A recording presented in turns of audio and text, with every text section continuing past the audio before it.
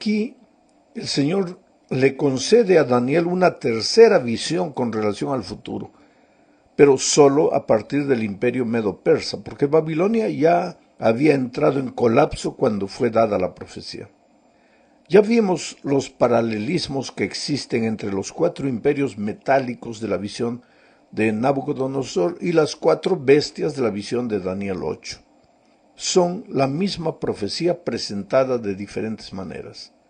Ya vimos también que Daniel 7 añade nuevos elementos al bosquejo de la historia, detalles como por ejemplo el surgimiento y las actividades del cuerno pequeño. Ahora, la visión del capítulo 8, que estudiaremos esta semana, coincide notablemente con las visiones previas y añade bastante información adicional. El relato se vuelve cada vez más detallado.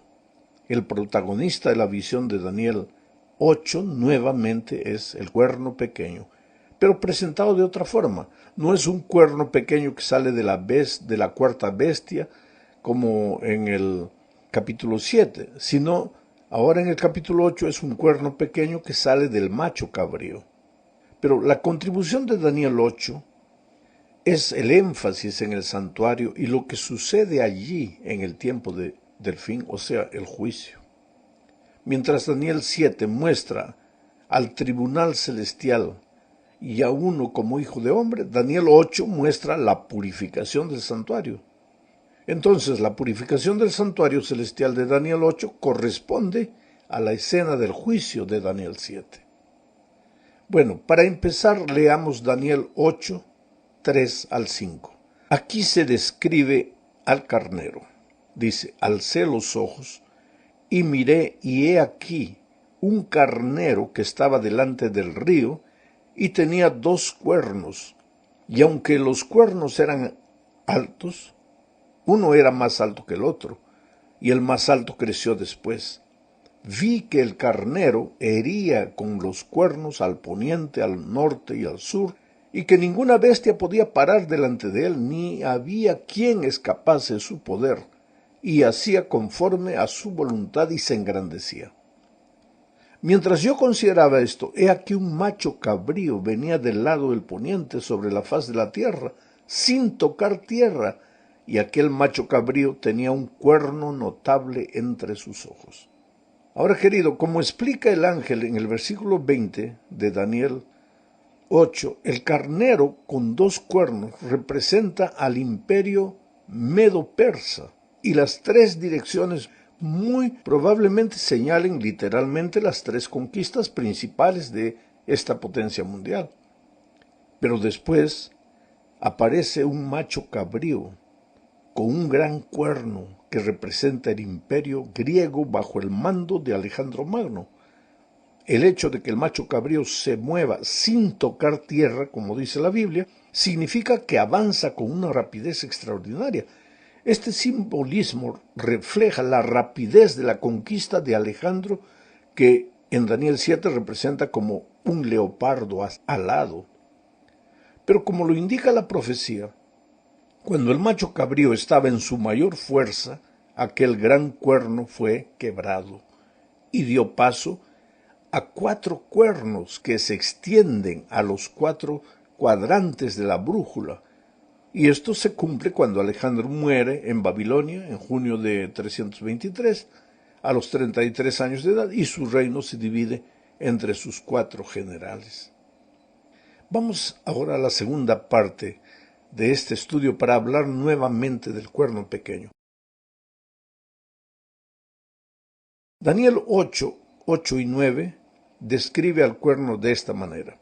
Y el macho cabrío se engrandeció sobremanera, pero estando en su mayor fuerza, aquel gran cuerno fue quebrado, ese Alejandro Magno, ¿no? Aquel gran cuerno fue quebrado, y en su lugar salieron otros 4 cuernos notables hacia los 4 vientos del cielo, y de uno de ellos salió un cuerno pequeño que creció mucho al sur, al oriente y hacia la tierra gloriosa. Ahora mira, El relato dice que el cuerno pequeño, este cuerno que hará grandes cosas, salió de uno de ellos. ¿A quién se refiere el profeta al decir de uno de ellos? Al interpretar este capítulo, los eruditos encuentran dificultad en definir quién es ese uno de ellos, de donde sale el cuerno pequeño. El problema básicamente está en la manera como termina el versículo y comienza.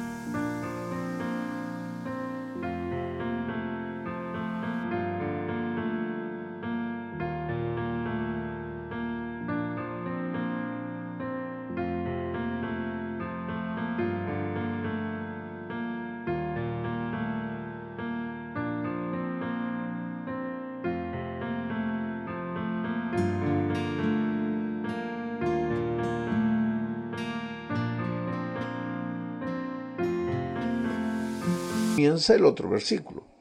El versículo 8 termina diciendo, en su lugar salieron 4 cuernos de gran tamaño que se lanzaron contra los 4 vientos del cielo. Esos 4 cuernos son los 4 generales de Alejandro Magno que se dividen el reino cuando Alejandro muere. Y entonces el versículo 9 empieza diciendo, de uno de ellos salió un cuerno pequeño. En una lectura correcta del idioma español, la expresión de uno de ellos se referiría a la última frase que menciona a los 4 vientos de los cielos. En ese caso, el cuerno pequeño saldría de uno de los vientos, o sea, de uno de los puntos cardinales de la tierra, no de los 4 generales. Pero el libro de Daniel fue escrito en hebreo, y hay que interpretarlo en el contexto hebreo. Y en ese idioma la expresión uno de ellos también se refiere a uno de los vientos de la tierra. No hay duda. El cuerno pequeño no sale de uno de los 4 generales de Alejandro, sino de uno de los puntos cardinales de la tierra. Ahora, siguiendo el orden de los imperios presentados tanto en Daniel 2 como en Daniel 7, este cuerno pequeño simboliza a Roma, pero en 2 fases diferentes. La primera fase es la Roma imperial que derrota a Alejandro. Es una Roma que se desarrolla, que se expande en su plan horizontal de conquistas. Salió un cuerno pequeño que creció mucho hacia el sur, dice el texto, hacia el oriente y hacia la tierra gloriosa. Los ejércitos romanos pues aparecieron en el occidente cuando aún era un poder pequeño y partieron hacia el sur, conquistando Egipto el año 30 a.C. Después crecieron hacia el oriente, conquistando a Grecia, Asia Menor y Siria en el año 64 a.C. Y después se extendieron hacia la tierra gloriosa, apoderándose de los territorios de Judea y Palestina el año 63. Esta expresión, la tierra gloriosa o tierra deseable, se menciona 3 veces en las Escrituras, fuera del libro de Daniel, y en cada caso se refiere a la tierra de Israel. Bueno, Roma en su fase imperial, militar, política, fue un poder conquistador. La historia registra todas sus conquistas. Sin embargo, a diferencia de los imperios anteriores que solo deseaban conquistar la tierra en el plano horizontal, este cuerno manifiesta también ambiciones verticales, o sea, hacia arriba, ambiciones espirituales. Intenta conquistar los cielos y atraer la adoración de los seres humanos hacia él.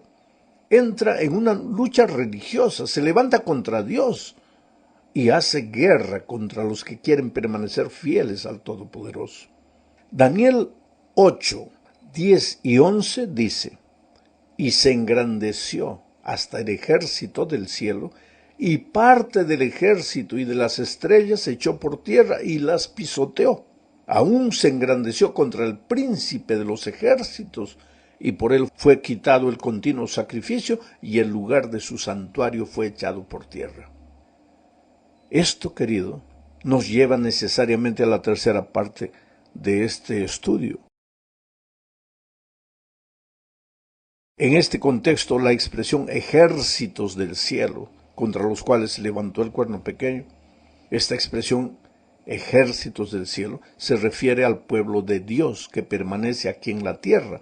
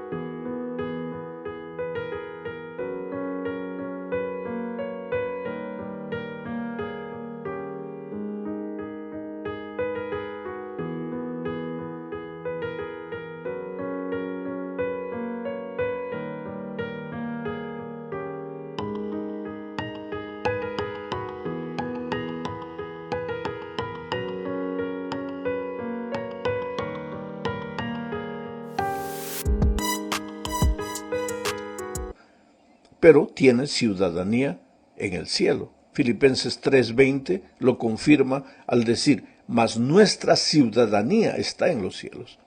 De esta manera podemos deducir sin forzar nada que los ejércitos que son perseguidos por el cuerno pequeño son los hijos obedientes de Dios en esta tierra, y las estrellas probablemente representen a sus líderes. Los emperadores romanos persiguieron a los judíos y a los cristianos. Cuando Roma destruyó Jerusalén y su templo el año 70 después de Cristo, murieron más de 1 millón de judíos. Y durante los primeros siglos de la era cristiana, los emperadores Nerón, Decio, Diocleciano asesinaron a miles de cristianos que rehusaron adorar al emperador. No hay duda de que el cuerno pequeño, en la forma de Roma política, persiguió y maltrató a los ejércitos del cielo. Pero hay una segunda característica de este cuerno. Se exaltó a sí mismo al punto de hacer guerra contra el príncipe de los ejércitos. Los versículos 9 y 10 presentaron los movimientos del cuerno pequeño sobre un plano horizontal, mientras que los versículos 11 y 12 de Daniel 8 muestran una dimensión vertical, lo que indica el cambio de actividades de la Roma política ahora para la Roma religiosa.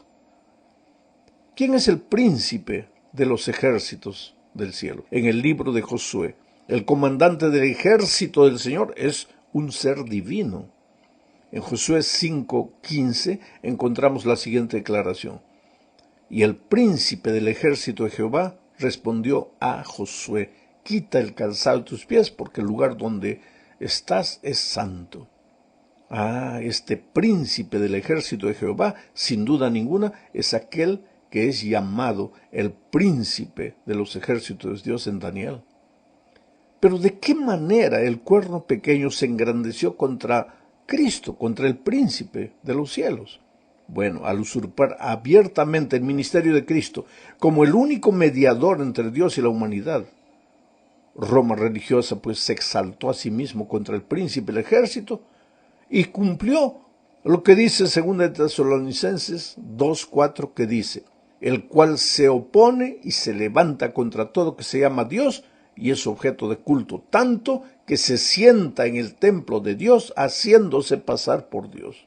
Nadie puede sustituir a Cristo como mediador. Los seres humanos somos seres humanos. El pastor, el reverendo, el padre, son seres humanos. No podemos ocupar el lugar de Cristo como intermediario. Cristo, el pecador tiene que ir a Jesús directamente, sin intermediario humano. Ahora, la tercera actividad del cuerno pequeño es que quitó el continuo sacrificio y echó por tierra el lugar del santuario de Dios. ¿Cómo alguien puede quitar el sacrificio diario y echar por tierra el lugar del santuario de Dios?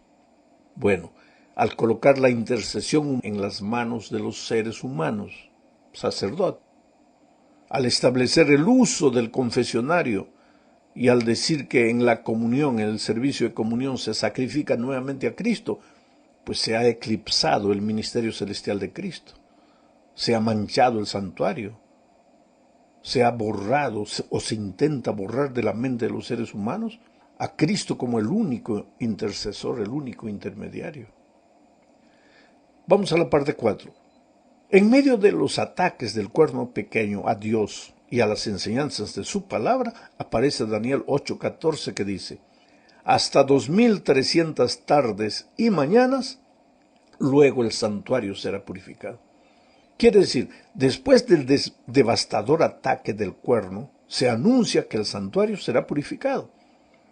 Bueno, para entender este mensaje debemos tener en cuenta que la purificación del santuario, que se menciona en Daniel 8:14, corresponde a la escena del juicio descrita en Daniel 7:9 al 14. Y como ese juicio tiene lugar en el cielo, el juicio de Daniel 7, pues el santuario también debe estar ubicado en el cielo. Entonces, mientras Daniel 7 describe la intervención de Dios en los asuntos humanos y la forma en que Él se relaciona con los asuntos humanos desde una perspectiva judicial, Daniel 8 describe el mismo acontecimiento desde una perspectiva del santuario. El santuario terrenal se diseñó según el modelo del celestial. Ahora, ¿hay un santuario en el cielo? Pues lee la epístola a los hebreos y no hay cómo discutir que hay un santuario en los cielos y que el santuario de Israel en la tierra fue construido siguiendo el modelo de ese santuario celestial. El santuario en la tierra, el santuario de Israel, servía para ilustrar las amplias implicaciones del plan de salvación. En el santuario de Israel, todos los días los pecadores llevaban sus sacrificios al santuario y ahí recibían el perdón de sus pecados confesados, ya que en cierto sentido los pecados se transferían al santuario. ¿Por qué? Porque el israelita iba, colocaba la mano en la ovejita, en el corderito, confesaba sus pecados, transfería sus pecados para la ovejita, pues la ovejita era sacrificada, la sangre era derramada y la sangre era llevada por el sacerdote al santuario. Por eso, en cierto sentido, los pecados del pecador eran arrojados al santuario, transferidos al santuario. Como resultado, el santuario se contaminaba, se manchaba. Por lo tanto, se necesitaba un proceso periódico de purificación para limpiar el santuario terrenal de los pecados registrados en él. A ese día se lo llamaba el día de la expiación y tenía lugar una vez por año, según Levítico capítulo 16. Pero ¿por qué el santuario celestial necesitaría ser purificado? Bueno, por analogía podemos decir que los pecados confesados de aquellos que han aceptado a Jesús han sido transferidos al santuario celestial, al igual que los pecados de los israelitas arrepentidos se transferían al santuario terrenal. En el día de la expiación terrenal se sacrificaban una cantidad de animales, lo que simbolizaba la futura muerte de Jesús, razón por la cual los pecadores podían permanecer firmes en el día de la expiación. Y así como ocurría esto en el día de la expiación terrenal, cuando se purificase el santuario celestial, también sucedería lo mismo. ¿Cuánto más en el santuario celestial? Únicamente la sangre de Cristo nos libra de nuestros pecados en el día del juicio. La purificación del santuario descrita en Daniel 8:14 es la realidad celestial del servicio terrenal, porque en el servicio terrenal todo era simbólico, símbolo de la realidad que sucede allí en el cielo. Ahora, el mensaje de esto es básico. Como pecadores nosotros necesitamos la sangre de Jesús para que nuestros pecados sean perdonados y nos permita estar en pie en el día del juicio, sin miedo, sin temor. ¿Por qué? Porque hemos transferido a través de nuestra entrega, de nuestra confesión personal a Cristo, le hemos transferido nuestros pecados y confiamos ahora que Él nos va a salvar y Él nos va a librar. Y entonces cuando comience el juicio no tenemos que tener miedo, porque es el Señor Jesús que nos va a defender. Vamos ahora a la quinta parte final de este estudio. Daniel 8:13 dice: Entonces oí a un santo que hablaba a otro de los santos. Preguntó aquel que hablaba: ¿hasta cuándo durará la visión del continuo sacrificio y la prevaricación asoladora, entregando el santuario y el ejército para ser pisoteados? O sea, la pregunta es: ¿hasta cuándo el cuerno pequeño va a atacar el santuario? ¿Hasta cuándo el cuerno pequeño va a perseguir a los hijos obedientes de Dios? ¿Hasta cuándo el cuerno pequeño va a tomar las cosas espirituales, las cosas sagradas, la palabra de Dios, la va a torcer, la va a distorcer y va a cambiar todo en la mente de los seres humanos? ¿Hasta cuándo? Bueno, ahí viene la respuesta: hasta 2300 tardes y mañanas, y el santuario será purificado.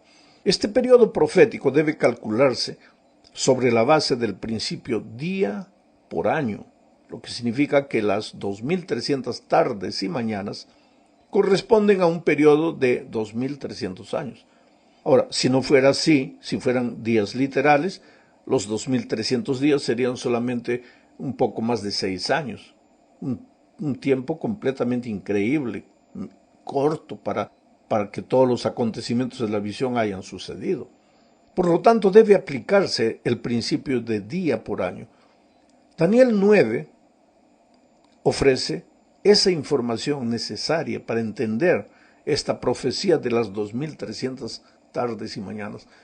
Pero lo que importa de esta interpretación del diagrama, de cuándo empezó, cuándo terminó la profecía, lo vamos a estudiar la próxima semana al estudiar el capítulo 9. Ahora, lo que realmente importa al finalizar esto es que hay un pueblo de Dios obediente en esta tierra, que cree en el Señor Jesucristo con todo su corazón, que confía en Jesús para su salvación. Un pueblo que muchas veces será perseguido, especialmente al final de los tiempos, será perseguido y atacado por un poder religioso que no aceptará la desobediencia de estas personas a lo que este poder determina, porque este pueblo obediente será